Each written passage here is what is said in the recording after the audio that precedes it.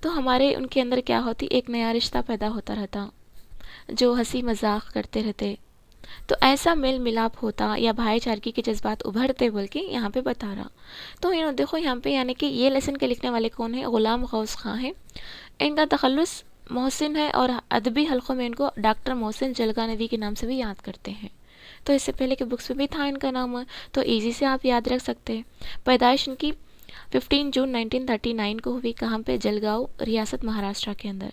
شعری مجموعے کون کون سے ہیں، الفاف تھوڑا سا آسمان زمین پر، آنکھ سچ بولتی ہے، شاخ سندل۔ تو نام کیا ہے، غلام غوث کا ہے، تو تخلص ان کا محسن ہے، تو ان کو ادبی حلقوں کے اندر کیا نام سے بلاتے ہیں، ڈاکٹر محسن جلگانوی کے نام سے بلاتے ہیں۔ اور پیدائش کیا ہے ان کی، 15 جون 1939، کہاں پہ، جلگاؤ۔ جلگاؤ یہ پلیس رہنے کی وجہ سے ان کے نام کے آخر میں جلگانوی رکھ لیے ہیں، کیونکہ یہ آ کے صفت نسبتی کو بتلاتا ہے۔ تو ان کے شعری مجموعے کیا ہیں، الفاف تھوڑا سا آسمان زمین پر، آنکھ سچ بولتی ہے، شاخ سندل ہے۔ تو یہ لیسن کا خلاصہ ہم لوگ کو پڑھنے کی ضرورت نہیں ہے اس کے اندر، تو ہم لوگ صرف اور صرف شعر کا یعنی کہ شعراء یا مصنفہ کا تعارف ہی پڑھیں گے۔ تو اس میں آپ کو پہلیاں یاد کرو بلکہ بولی تھی نا میں آپ کو، تن کی لمبی سر کی چھوٹی، کر دے سب کی بوٹی بوٹی، تو یہ چیزیں، یہ جو پہلیاں ہیں وہ بھی کوشچن پوچھ رہا، تو اس کو بھی یاد رکھنا ہے۔ کیا ہے وہ، چاقو ہے نا۔ یہاں پہ گرو نانک کے بارے میں کچھ بتایا جا رہا ہے، تو ان کے بارے میں بھی تھوڑا بہت پڑھیے، لیکن یہاں پہ کیا ہے بولے تو لطف اٹھائیے بلکہ ہے، تو لطف اٹھائیے کے اندر آپ سے کوشچنس کم پوچھے جا سکتے ہیں۔ تو 4th ون ہے محسن انسانیت صلی اللہ علیہ وآلہ وسلم۔ تو اسے مقصد دیکھو، طلباء اس حقیقت سے واقف ہو جائیں کہ حضرت محمد مصطفیٰ صلی اللہ علیہ وسلم دنیا کے آخری پیغمبر ہیں۔ انہوں نے یہ تعلیم دی کہ اللہ ایک ہے، وہی عبادت کے لائق ہے، اور محمد اللہ کے رسول ہیں۔ اللہ نے انہیں رحمت عالم بنا کر بھیجا۔ طلباء یہ بھی جان لیں کہ دشمن کے دل کو خوش اخلاقی، حسن اخلاق سے جیتا جا سکتا ہے۔ تو دیکھیں آپ مقصد اس کا کتنا پیارا ہے، تو مطلب دشمن کے دل کو خوش اخلاقی اور حسن اخلاق سے جیتا جا سکتا ہے بول کے۔ تو محسن انسانیت صلی اللہ علیہ وآلہ وسلم، پیارا نبی سرزمین عرب کے شہر مکہ میں 12 ربیع الاول 2 جمعہ کے دن 571 عیسوی کو علی الصبح خاندان قریش میں پیدا ہوئے۔ تو ان کا خاندان کون سا تھا، قریش خاندان تھا۔ کہاں پہ پیدا ہوئے، شہر مکہ میں پیدا ہوئے، اور آپ کی پیدائش سے قبل ہی آپ کے والد حضرت عبداللہ کا انتقال ہو چکا تھا۔ مطلب آپ پیدائش سے پہلے جانیں، آپ کے پیدائش سے پہلے ہی آپ کے ابو کا انتقال ہو چکا تھا۔ آپ کے ابو کا نام کیا تھا، حضرت عبداللہ تھا۔ آپ کے دادا عبد المطلب نے آپ کا نام محمد رکھا۔ تو محمد بول کے اتنا پیارا سا نام، اتنا پیارا نام کون رکھیں بولے تو ان کے دادا جو ہے، دادا عبد المطلب۔ جب آپ کی عمر 6 سال کی ہوئی تو والدہ بی بی آمینہ کا بھی وفات ہو گئے، یعنی کہ یہاں پہ آپ 6 سال کے تھے تو ان کے مطلب آپ کی امی کا انتقال ہو گیا، بی بی آمینہ۔ 8 سال کے ہوئے تو دادا بھی اس دنیا سے رخصت ہو گئے۔ تو 8 سال کے اندر ان کے دادا کا انتقال ہوا عبد المطلب کا، 6 سال کے اندر ان کی امی کا انتقال ہو گیا بی بی آمینہ کا، انہوں پیدائش سے پہلے ہی ان کے ابو کا انتقال ہو گیا تھا عبد المطلب کا۔ تو تب سے کیا کرے، چچا ابو طالب نے آپ کی پرورش کی۔ جب 14 سال کی عمر ہوئی تو آپ نے تجارت کی طرف توجہ دیا۔ تو اس میں جو ایئرس ہے نا اس کو امپورٹنٹ یاد رکھیے۔ آپ کی پیدائش سے پہلے آپ کے ابو کا انتقال ہوا، آپ جب 6 سال کے تھے تو بی بی آمینہ کا، آپ کی امی کا انتقال ہوا، آپ 9 سال کے تھے، 8 سال کے تھے تو آپ کے دادا کا انتقال ہوا عبد المطلب۔ آپ کی پرورش کون کی ہے اس کے بعد بولے تو ابو طالب کی، جو رشتے میں کیا تھے، چاچا تھے۔ اور 14 سال کی عمر میں آپ نے تجارت کرنا شروع کر دی۔ 14 سال کی عمر میں دیکھو، 14 سال کی عمر میں کیا ہوتی ہے، 9th کلاس کے بچے، یعنی کہ 9th کلاس کا رہتا نا، تو ایسا۔ تو عربوں میں اس وقت بہت سی برائیاں پھیلی ہوئی تھیں، وہ اپنی بیٹیوں کو زندہ دفن کر دیا کرتے تھے۔ عام طور پر عربوں کی زندگی قتل و غارت گری اور لوٹ مار میں گزرتی تھی۔ شراب نوشی، سود خوری اور بددیانتی جیسی برائیاں ان میں عام تھے۔ آپس میں جھگڑے برسوں چلتے، ذرا سی بات پر تلواریں نکل آتے اور خون خرابہ ہو جاتا۔ آپ نے لوگوں کو ان برائیوں سے روکا اور انسانیت کی تعلیم دی۔ لوگ آپ کو امین اور صادق سمجھتے تھے اور آپ کی باتوں پر یقین کرتے تھے۔ 40 سال کی عمر میں آپ اکثر غار ہیرا تشریف لے جاتے تو کہاں پہ جاتے تھے؟ غار ہیرا کے پاس تشریف لے جاتے تھے اور کئی دن خدا کی عبادت میں مصروف رہتے، اہل مکہ کی بے راہ روی پر غور فرماتے، اور غار ہیرا میں آپ پہلی بار قرآن مجید نزول ہوئی، یعنی کہ کہاں پہ؟ غار ہیرا میں، اور اسلام کی تبلیغ کا حکم دیا گیا۔ اس کے بعد آپ نے اسلام کی تبلیغ شروع کی اور لوگوں سے کہا کہ اللہ ایک ہے، وہی عبادت کے لائق ہے اور میں اللہ کا رسول ہوں۔ مکے کے سرداروں کو اپنی سرداری خطرے میں نظر آنے لگی تو پہلے تو ان لوگوں نے آپ کا مذاق اڑایا اور پھر طرح طرح کی تکلیفیں دینے لگے۔ آخر کار اہل مکہ نے آپ کے سامنے مکے کی بادشاہیت بھی پیش کی، لیکن آپ نے فرمایا اگر میرے دائیں ہاتھ میں سورج اور بائیں ہاتھ میں چاند رکھ دیں تب بھی میں اس کام سے پیچھے نہ ہٹوں گا، یا تو اس کام کو انجام دوں گا یا اپنی جان قربان کر دوں گا۔ تو اتنی پیاری شخصیت، اتنی پیاری ہستی ہے ہمیں ہمارے نبی آقا صلی اللہ علیہ وآلہ وسلم کی۔ تو یہ قول بھی آپ کو پوچھنے کے چانسز ہیں کہ اگر میرے دائیں ہاتھ میں سورج اور بائیں ہاتھ میں چاند رکھ دیں تب بھی میں اس کام سے پیچھے نہ ہٹوں گا، یہ کس کا قول ہے بلکہ پوچھتا ہوں، تو قول بھی آپ کو یاد رکھنا ہے۔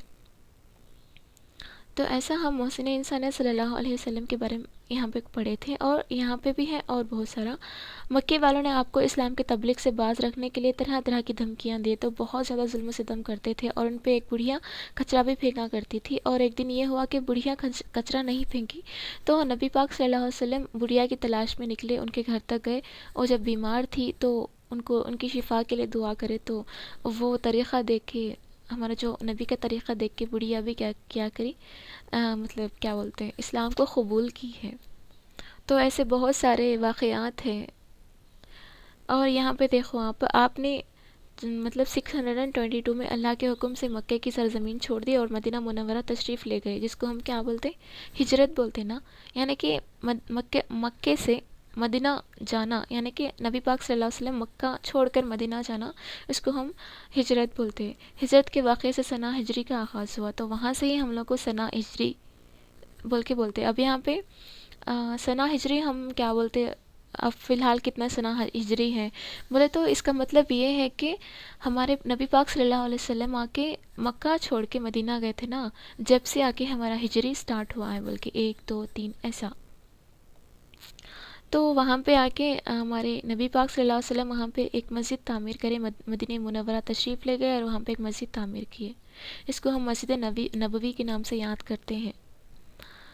اور یہاں پہ دیکھو آپ ان کے بارے میں، تو 63 سال یعنی کہ 63 ایئرس کی عمر میں 12 ربیع الاول 10 ہجری کو آپ کا وصال ہوا، یعنی کہ آپ کا انتقال ہوا۔ آپ کا روضہ پاک مدینہ منورہ ہے، مدینہ منورہ میں ہے، اور آپ اللہ کے آخری نبی ہیں۔ تو یہ باتیں ہیں ہم لوگوں کو یاد رکھنی چاہیے ہر ایک باتیں بھی۔ تو نیکسٹ ہم لوگ پڑھیں گے یہاں پہ ایک مرتبہ، آپ پاؤز کر کے اس میں آپ پڑھ لیجیے ایک مرتبہ لیسن پورا، آپ کو سمجھ میں آ جائے گا۔ تو یہاں پہ ایک اچھی فیسلٹی کیا ہے بولے تو آپ کو ٹیکسٹ بک دکھائی دے رہی نا، تو آپ ٹیکسٹ بک کو پاؤز کرتے ہوئے آپ پورا لیسن پڑھ سکتے ہیں، آپ ٹیکسٹ بک کو پورا ایک ہی جگہ پہ مطلب پڑھ سکتے ہیں۔ اس کے لیے میں بول رہا ہوں کہ آپ زیادہ تر اس کو پریفر کریں، کیونکہ یہاں پہ آپ کو ایکسپلینیشن کے ساتھ ہر ایک چیز بھی مل رہی نا، اس کے لیے۔ جب بھی وہ میدان میں آئے، قدم قدم پر ٹھوکر کھائیں، اچھلے کودے دوڑے بھاگے، سب ہیں پیچھے وہ ہیں آگے۔ تو پہلی کیا ہے؟ فٹ بال، یعنی کہ بال کے بارے میں ہے بلکہ، تو پہلی بھی یاد رکھنا ضروری ہے نا۔ تو یہاں پہ دیکھو یہ عظیم شخصیات کے بارے میں، یہ سرسری مطالعے کے اندر ہے، تو سرسری مطالعے سے آپ کو کوشچن میں نہیں پوچھتے، لیکن آپ ضرور سے یہ پڑھیے، یہ میں آپ کو دکھا رہا ہوں نا، لیکن اب ایسا ویڈیو چلتا رہتا تو آپ اس کو پاؤز کر کے آپ پڑھ لے سکتے ہیں آرام سے، اگر آپ کا فری ٹائم ہے، کیونکہ ہمارے جتنے بھی مطلب جیسے ابو بکر صدیق رضی اللہ تعالیٰ عنہ ہے، عمر رضی اللہ تعالیٰ عنہ ہے، جو خلفۂ راشدین بولتے ہیں، تو ان کے بارے میں ہم لوگ یاد رکھنا ضروری ہے نا۔ دیکھو یہاں پہ حضرت عمر فاروق رضی اللہ تعالیٰ عنہ کے بارے میں بھی ہے، حضرت عثمان رضی اللہ تعالیٰ عنہ کے بارے میں بھی ہے، تو آرام سے آپ اس کو پاؤز کرتے ہوئے آپ پڑھ لے سکتے ہیں۔ اس کے بعد دیکھیے نیکسٹ لیسن ہے ہمارا رباعیات۔ تو رباعیات دیکھو، اس کا مقصد رباعیات کے مطالعے سے طلباء میں اخلاقی اقدار فروغ پاتے ہیں، انسانیت اور اخلاق کا درس ملتا ہے، خدا کی پہچان حاصل ہوتی ہے، معاشرے میں اجتماعیت کے ساتھ زندگی گزارنے کا سلیقہ سیکھتا ہے۔ تو موسٹلی رباعیات میں آپ آپ کو شعراء یا جو شعراء ہے نا وہ کیا بتانا چاہتے پہلے تو آپ کو نصیحتیں، یعنی کہ کون سی اچھی چیزیں ہیں، کون سی اچھی بری ہیں، وہی آپ کو روایات کے اندر مثال کے ساتھ آپ کو بتاتے ہیں. ڈائریکٹلی نہیں بتاتے بلکہ مثال کے ساتھ آپ کو بتانے کی کوشش کرتے ہیں، اور آپ کی زندگی میں برائی کو دور کرتے ہوئے اچھائی کی طرف لے جانے کی کوشش ان کی ہوتی ہے. تو شعراء کے تعارف کے اندر آپ دیکھیں تو سید امجد حسین، امجد حیدرآبادی پڑھتے نا ہم لوگ، سید امجد حسین ہے. اور ایک بھی ہے رباعیات کے، یاد ہے آپ کو؟ اور ایک بھی ہیں فیض آبادی، مطلب ایک اور بھی ہیں امجد حیدرآبادی، انیس ہے نا، انیس. تو انہوں بھی آ کے ربائی لکھنے والے تھے. تو ان کا قلمی نام امجد حیدرآبادی ہے، اور پیدائش ان کی 1 جنوری 1888 حیدرآباد میں ہوئی، اور وفات ان کی 1961، یعنی کہ جب جہیز کا امتناع ایکٹ ہوا تھا نا 1961، جب ان کی وفات ہوئی. تو شعری مجموعہ کیا ہے؟ ریاض امجد، روایات امجد، غرق امجد، کلیات امجد. تو یہاں پہ آپ کو ہر لاسٹ میں بھی امجد امجد امجد بول کے آ رہا، تو ایزی سے آپ اس کو یاد رکھ سکتے کہ یہ سید امجد حسین کے ہیں بول کے. تو ان کو امجد حیدرآبادی کے نام سے بھی جانے جاتے ہیں. تو نام کیا ہے ان کا؟ یہاں پہ دیکھو، یس خادر حسین ہے. ان کے قلمی نام کیا ہے؟ ساغر جیدی ہے، ساغر جیدی ہے. یہ دیکھو ان کو پوچھنے کے چانسز بہت زیادہ ہیں، کیونکہ یہ ہمارے اے پی کے ریلیٹڈ شعراء میں سے ہیں. تو پیدائش ان کی 1944 میں ہوئی، اور وفات 2013 19 جون میں ہوئی. تو انہوں کہاں پہ پیدا ہوئے؟ کڑپا آندھرا پردیش میں پیدا ہوئے، کڑپا آندھرا پردیش میں. تو ساغر جیدی ان کا قلمی نام تھا، اور ان کا پورا نام ایس خادر حسین تھا. مطلب ان کے شعری مجموعے کیا ہے؟ اننت سلسلہ، صفر، ازبات، الماس ربا، دو نیم، باریکا، کیسر کیسر دو ہے. تو یہ پورے کیا ہیں ان کے شعری مجموعے ہیں. تو ان پہ زیادہ فوکس کریے آپ 6th کلاس کی بک کے اندر، کیونکہ یہ ہمارے اسٹیٹ کے تعلق رکھتے ہیں. تو ان کے بارے میں پوچھنے کے چانسز رہتے ہیں، کیونکہ ایک ٹیچر کو یعنی کہ ایک ٹیچر کو یہ چاہیے کہ ہمارے اسٹیٹ کے ریلیٹڈ کیا ہے اس کے اندر، یعنی کہ ٹیکسٹ بک کے اندر پہلے اس کو ہم لوگ فلفل کر لیں بول کے. اس کے بعد دیکھیں یہاں پہ رباعیات ہے. تو ہر چیز مسبب سبب سے مانگو، منت سے خوش آمد سے ادب سے مانگو، کیوں غیر کے آگے ہاتھ پھیلاتے ہوں، بندے ہوں اگر رب کے تو رب سے مانگو. یہ اولڈ ربائی ہے، یعنی کہ ہم لوگ سنتے ہیں نا یہ ربائی. تو یہ ربائی کس کی لکھی ہوئی ہے بول کے پوچھتا آپ کو. تو ربائی کو دھیان سے دیکھیں کس کا ربائی لکھی ہوئی ہے بول کے. اور اس کے بارے میں خلاصہ یہاں پہ موجود تھا، تو وہ ہم لوگ کو امپورٹنٹ نہیں ہے. تو ہم آگے بڑھتے ہیں نیکسٹ لیسن کی جانب. تو یہاں پہ پہلی دیکھیے ایک مرتبہ، ہاتھ نہیں ہے پاؤں نہیں ہے پھر بھی چلتی پھرتی ہے، وہ کھلی ہوا میں دم، مطلب یعنی کہ دم گھٹتا نا، اس کا دم گھٹتا ہے، تڑپ تڑپ کر مرتی ہے. مطلب مچھلی، سمپل سے ہم لوگ یاد رکھ سکتے ہیں مچھلی بول کے. اور یہاں پہ 7th لیسن ہے ہمارا اردو زبان کا آغاز. اردو زبان کے آغاز کے بارے میں یہاں پہ کچھ باتیں چل رہی ہیں، یعنی کہ اردو کی اہمیت بچوں کے اندر معلوم ہونی چاہیے. اس لیسن کا یہ مین مقصد ہے. تو اردو زبان کے آغاز کے اندر ہم لوگ یہ پڑھتے کہ قدیم زمانے میں شمالی ہندوستان میں بہت ساری بولیاں اور زبانیں تھے. بولیاں اور رسم الخط میں ڈفرینس کیا ہے؟ تو بولیوں کا کوئی نہ رسم الخط ہوتا نہ کوئی گرامر ہوتا، لیکن زبان کا، لینگویج کا اور رسم الخط کا کچھ نہ کچھ نہیں، گرامر اور رسم الخط کے اندر یہ کیا بولتے ہیں اس کو، گرامر رہتا. آپ کو کیسا سیکھنا، کیا کرنا، ایک لکھنے کا انداز، یعنی کہ گرامر ضرور سے رہتا. لیکن بولیاں کے اندر ایسا نہیں رہتا، نہ کوئی گرامر رہتا نہ کچھ بھی نہیں رہتا، جسٹ وہ ایک بولیاں رہ جاتے، اس کی کوئی اسکرپٹ نہیں رہتی. تو سنسکرت مذہبی زبان ہونے کی بنا پر تمام زبانوں سے افضل اور مقدس سمجھی جاتی تھی، لیکن عوام میں رائج نہیں تھی. عوامی زبانوں میں پراکرت، پالی، بھرنے، شورسینی وغیرہ اہم زبانیں تھے. تو یہ کھڑی بولی اور دہلی اور مترا کے درمیانی علاقے میں برج بھاشا عوام کی مقبول زبانیں تھے. تو پہلے زمانے کے اندر کون کون سے تھے یہ بھی آپ کو تھوڑا بہت دیکھ لینا ہے. اور اردو کے بارے میں ہر ایک چیز بھی امپورٹنٹ ہو جاتی ہے، کیوں؟ تو اردو لینگویج ہمارا سبجیکٹ، یعنی کہ اردو لینگویج ہے نا، تو اس میں سے کوشچن زیادہ تر پوچھنے کے چانسز رہتے ہیں کہ آپ کو اردو کے بارے میں کتنا معلوم ہے بول کے. تو یہی کھڑی بولی اردو زبان کی بنیاد سمجھی جاتی ہیں. تو یہاں پہ آپ دیکھ سکتے کہ اسی طرح کھڑی بولی نے بہت ترقی کی، اور یہی زبان آگے چل کر ہندوی یا ہندوستانی زبان کہلائی. 19ویں صدی کے اوائل میں اسے اردو کے نام سے مقبولیت حاصل ہونے لگی. تو اردو زبان کی تاریخ میں دلچسپ بات یہ بھی ہے کہ زبان پیدا تو ہوئی دہلی میں اور اس کے آس پاس کے علاقے میں، لیکن اس کی ابتدا ترقی جنوبی ہند کے علاقے دکن میں ہوئی ہے، یعنی کہ وہ شمال کی طرف پیدا ہوئی، لیکن زیادہ تر ترقی کہاں پہ ہوئی؟ ہمارے یہاں جنوبی ہند میں ہوئی ہے بلکہ 1327 میں محمد بن تغلق ملک کا پایا تخت دہلی سے دکن منتقل کیا، تو جب وہاں پہ مہاراشٹر کے شہر دیوناگری کو دولت آباد کے نام سے ترقی دی، دولت آباد ہندوستان کا پایا تخت بن گیا۔ تو وہاں پہ کیا ہوا بولے تو جب محمد بن تغلق آ کے دہلی سے دکن کی طرف انہوں تخت رکھے، تو بہت سارے لوگ کیا کرے بولے تو ہمارے دکن کی طرف یعنی کہ جنوبی ہندوستان کی طرف لوٹ کے آنے لگے، تو وہاں سے بھی کیا ہوا، وہاں سے بھی اردو کیا ہوئی، ہمارے یہاں تک پہنچی، بلکہ یہاں پہ ہے۔ اور یہاں پہ دیکھو ایک بات، تو وہاں کے لوگ جو دکن میں آ کے لینگویج استعمال کرتے تھے نا اردو کی، تو ان کو ہم دکنی زبان بولتے۔ تو یہاں پہ حضرت خواجہ بندے نواز رحمۃ اللہ علیہ نے گلبرگہ میں قیام فرمایا اور دکنی زبان میں مذہب اور اخلاق کی تعلیم دیتے رہے۔ تو ایگزامپل کے ساتھ آپ کو بتانے کی کوشش ہو رہی کہ یہاں پہ حضرت بندے نواز رحمۃ اللہ علیہ بھی آ کے دکنی زبان کا استعمال کرتے تھے بلکہ۔ اور پہلے ہمارے اردو کے پہلے صاحب دیوان کون ہیں بولے تو قلی قطب شاہ ہیں، تو انہوں بھی آ کے دکنی زبان استعمال کرتے تھے بلکہ، اور انہوں بھی اردو زبان کی ترقی میں بہت زیادہ کام انجام دیے ہیں بلکہ۔ اور یہاں پہ دیکھیے بہت ایک عظیم شخصیت ہے یہاں پہ ایک، یہی زبان سرکاری علمی اور ادبی زبان تھی، کھڑی بولی یا ہندوی زبان کو کوئی اہمیت حاصل نہیں تھی، اسے عوام اور جاہل لوگوں کو زبان سمجھ کر حقارت کی نظر سے دیکھا جاتا تھا۔ ولی دکنی قدیم دور کے بے حد اہم اور مشہور شاعر گزرے ہیں، انہیں سیر و سیاحت کا بھی بہت شوق تھا۔ 1700 کے آس پاس دہلی کا سفر کیا اور دہلی کے قابل استاد شعراء نے ان کی شاعری کی بہت تعریف کی، تو ولی دکنی کی شاعری کا اتنا زبردست اثر ہوا کہ دہلی کے شعراء نے فارسی کو چھوڑ کر ولی دکنی کی زبان میں شاعری شروع کی۔ تو ان کی لینگویج اتنی پیاری تھی ولی دکنی کی کہ انہوں فارسی کی زبان چھوڑ کر ولی دکنی کی جو زبان ہے جو اردو ہے نا، تو اس کو زیادہ تر انہوں اپنی شاعری میں استعمال کرنے لگے، تو اس کو ہم لوگ ریختہ بولتے ہیں۔ سمپل سی بات ہے، اردو زبان ولی دکنی جو ہیں شاعرہ وہ اپنی شاعری میں استعمال کرتے تھے نا، تو وہی زبان کو ریختہ بولتے، ریختہ۔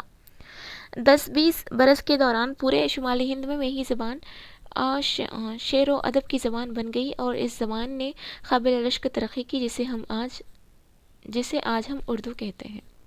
تو اردو کے جتنے بھی پوائنٹس ہیں نا اس میں ریلیٹڈ محمد قلی قطب شاہ محمد بن تغلق کے بارے میں ہے، یہ پورے آپ کو یاد رکھنا پڑتا، کیونکہ اردو لینگویج ہے نا تو کوشچن ضرور سے ایک کمپلسری سے رہتا بول کے۔ تو اس کے بعد دیکھیں یہاں پہ 8th لیسن ہے غزل۔ تو غزل میں دیکھو اس کا مقصد کیا ہے، اردو شاعری کی مشہور صنف غزل کا تعارف پیش کرنا اور طلباء میں ادبی ذوق کو پروان چڑھانا، اخلاقی اقدار کو فروغ دینا، شعر و ادب سے لطف اندوز ہونے کا سلیقہ پیدا کرنا۔ مطلب کبھی بھی ہم لیسنس پڑھ کے بیزار ہو جاتے، بچے بھی بور ہو جاتے نا، تو بچوں کے اندر انٹرسٹ لانے کے لیے کیا کرتے ہیں، غزل نظم ایسا آ کے انٹروڈیوس کرتے رہتے ربائی، جس کے ذریعے سے ان کو ترنم کے ساتھ کچھ پڑھائیں تو وہ تھوڑا بہت انٹرسٹڈ لیتے، اور وہ بھی پڑھتے، میں بھی پڑھتی ہوں ٹیچر، میں بھی ترنم سے پڑھتی ہوں ٹیچر، بلکہ انٹرسٹڈ لیتے ہیں۔ اس کے لیے کیا کرتے ہیں ہم لوگ، نظم اور غزل یہ سب کو ہم لوگ انٹروڈیوس کرتے ہیں۔ شاعر کا تعارف دیکھیے، نام ان کا علی سکندر ہے، پیدائش آ کے 6 اپریل 1890 ہے، مراد آباد اتر پردیش میں ان کی پیدائش ہوئی، وفات آ کے 9 سپٹمبر 1960 کو گونڈا اتر پردیش کے اندر ہوئی۔ شعری مجموعے آ کے آتش گل، شعرۂ طور، باقیات جگر وغیرہ ہیں۔ تو ان کا تخلص جگر ہے، تو جگر کن کا تخلص ہے بول کے پوچھتا آپ کو، علی سکندر۔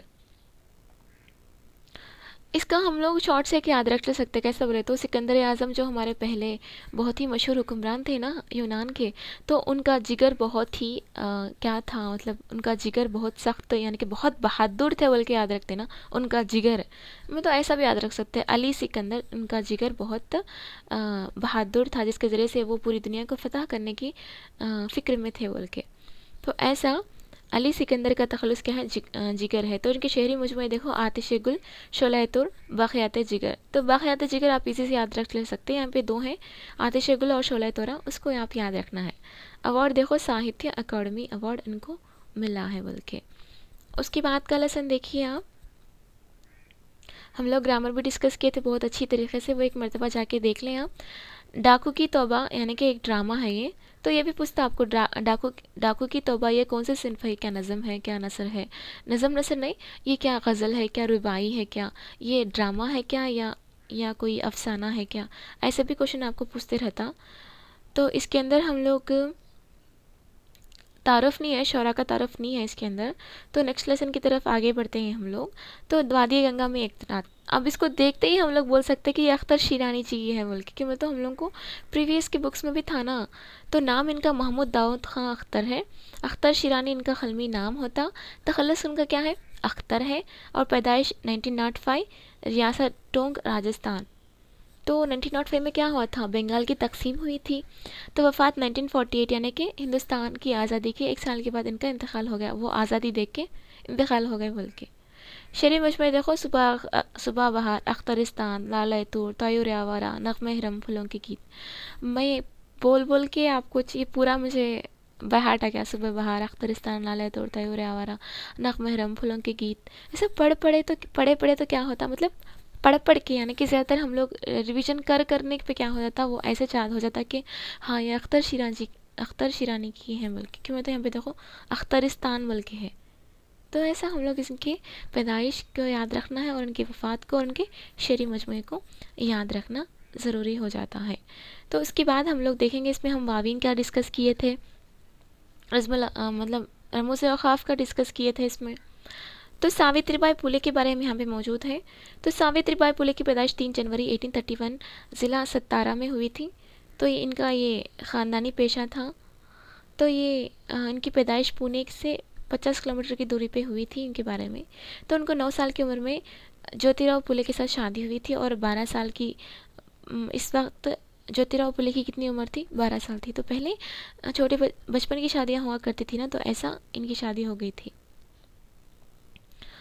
تو ساوتری بائی پھولے کو ہم لوگ کیا یاد رکھتے، پہلے ٹیچر ہیں یہ، پہلے ٹیچر کون تھے، ساوتری بائی پھولے تھے، ایسا ہم ان کا نام یاد رکھتے۔ اور 1848 میں انہوں نے نچلے طبقے کی لڑکیوں کے لیے بھی پونے کے اندر اسکول کی بنیاد ڈالی ہے، پہلی استادمی کے نام سے ہم لوگ یاد کرتے۔ اور 10 مارچ 1897 میں ان کا انتقال ہوا۔ تو ان کے پیدائشی موقع پر یعنی کہ 3 جنوری کو 1997 کو قومی یوم خواتین اساتذہ، نیشنل ویمنس ڈے کی طرح ہم لوگ مناتے ہیں، اور ان کو اسٹامپس پر بھی رکھا گیا تھا، یعنی کہ ہم لوگ ان کے نام پہ اسٹامپس بھی بنوائے تھے بول کے ہندوستان کے اندر، وہ بھی یاد رکھنا ہے۔ تو کب منائے تھے نیشنل ویمنس ٹیچرس ڈے، 3 جنوری کو ہم لوگ مناتے ہیں، یاد رکھیے۔ اس کے بعد دیکھیے یہاں پہ نیکسٹ لیسن کیا ہے ہمارا، عقل مند وزیر ہے۔ یہ آ کے آپ کو لطف اٹھائے کے اندر آتا، پھر بھی ایک مرتبہ آپ پڑھ لیے تو ایزی رہتا آپ کو۔